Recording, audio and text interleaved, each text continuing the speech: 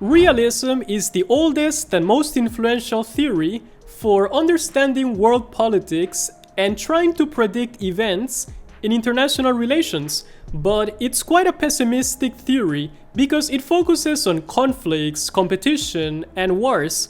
It looks into questions like, are humans good or bad? Why do countries behave the way they do? So realism can be a little complicated to understand because you basically have realism as a whole, but then it's divided into different classes. There's classical realism, neorealism, neoclassical realism, and then neorealism is divided into defensive and offensive neorealism. And that's exactly what makes it confusing for a lot of people to understand when they first start to learn about this. I mean, even for me, I can still remember my university supervisor screaming on the phone, "You don't know them! They're the most basic things!" So to save you from encountering such situation, here's what they're about. So realism sees the international system as anarchic, and the word anarchy in international relations doesn't mean disorder and chaos. It actually has its own definition, which refers to the world having no global government. So basically, countries are the main players in the world. There's no authority above countries or world police. For example, inside a country, we have a police force, military, courts, things like that. So if you have an emergency, you can expect that they might come and help you. But internationally, that doesn't exist. You cannot 100% expect that another country will come and help you. So countries can only rely on themselves. And the main goals of countries are their own national security and their survival. Classical realism puts an emphasis on human nature. It says that humans have a pattern of repeating their behavior, and this is because of their own human nature. It has a view that humans are egoistic and they want more power, and since humans are this way, countries won't be too different since they are also ruled by humans. And that's what makes them prone to get into wars and conflicts. It sees wars as unavoidable, and this is due to human nature, people's aggressiveness, their egoism, mistrust, their pursuit of power.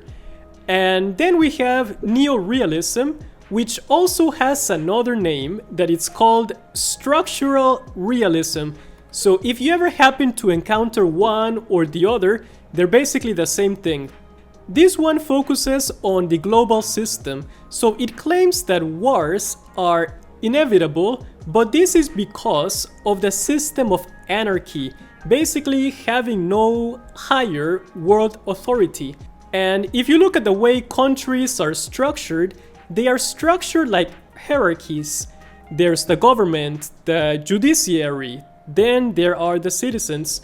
But in international relations, it's different. It's more of a horizontal line. And that's what neorealism says makes it more prone to conflict.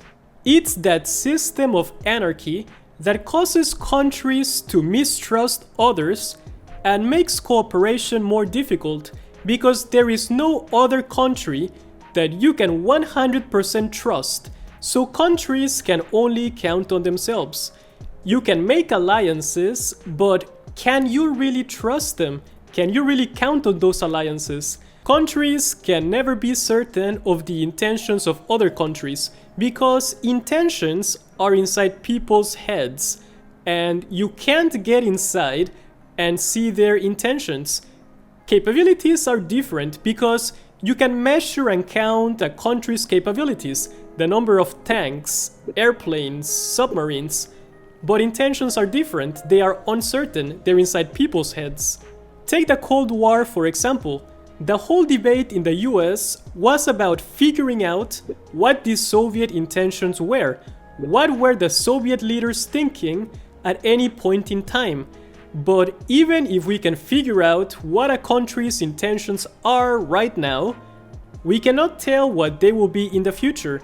It's like marriage and divorce.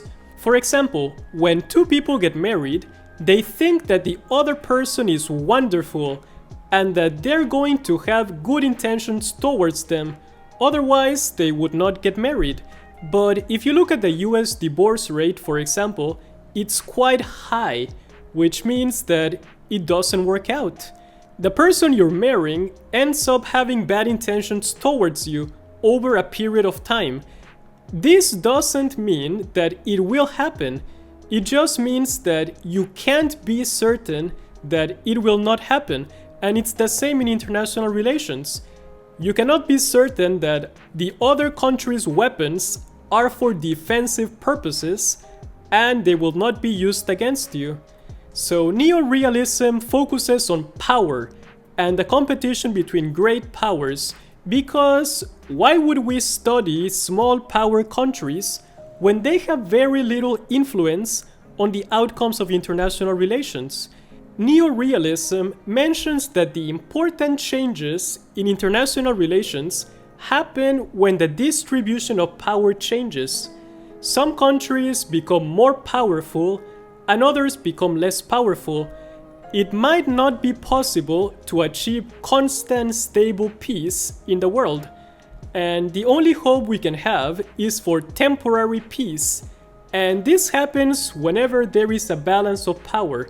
However, when the balance of power collapses, that's when the risk of war or conflict happens. Then you have offensive neorealism, which states that the anarchy in the international system is what makes countries maximize its power to increase their chance of survival, with the main goal of countries being dominance over others, or hegemony. The more powerful that a country becomes, the less likely it will be to be attacked by others. So it says that the best way to ensure survival is to be the most powerful country in the system. But for defensive neo-realists, major powers try to maximize their security, not necessarily their power within the system.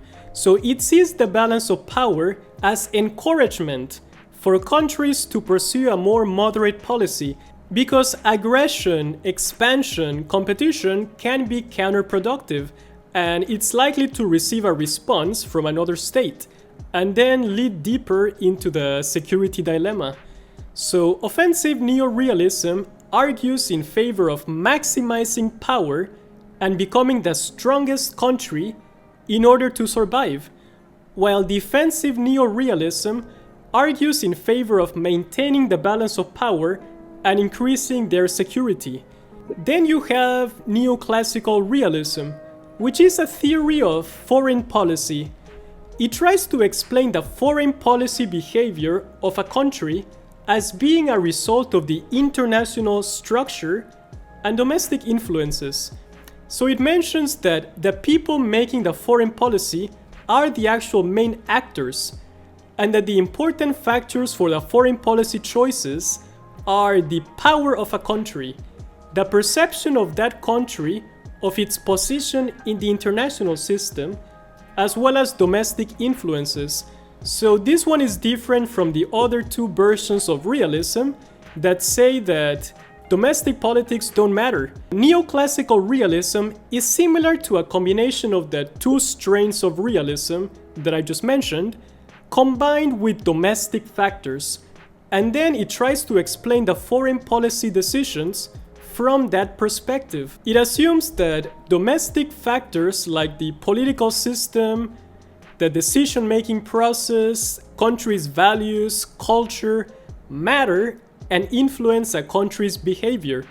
Neoclassical realism is seen as a theory of foreign policy rather than as a theory of international relations, so it's not on the same level as the other two theories. So these are the basic concepts of the theory of realism. They can be quite confusing in the beginning, but they become easier to understand when you link them to the actions of countries. So instead of just reading the news and saying, this country did this because that country did that, and that specific event, You can also look at it from the wider realist perspective. It will give you an idea of why countries are doing what they are doing.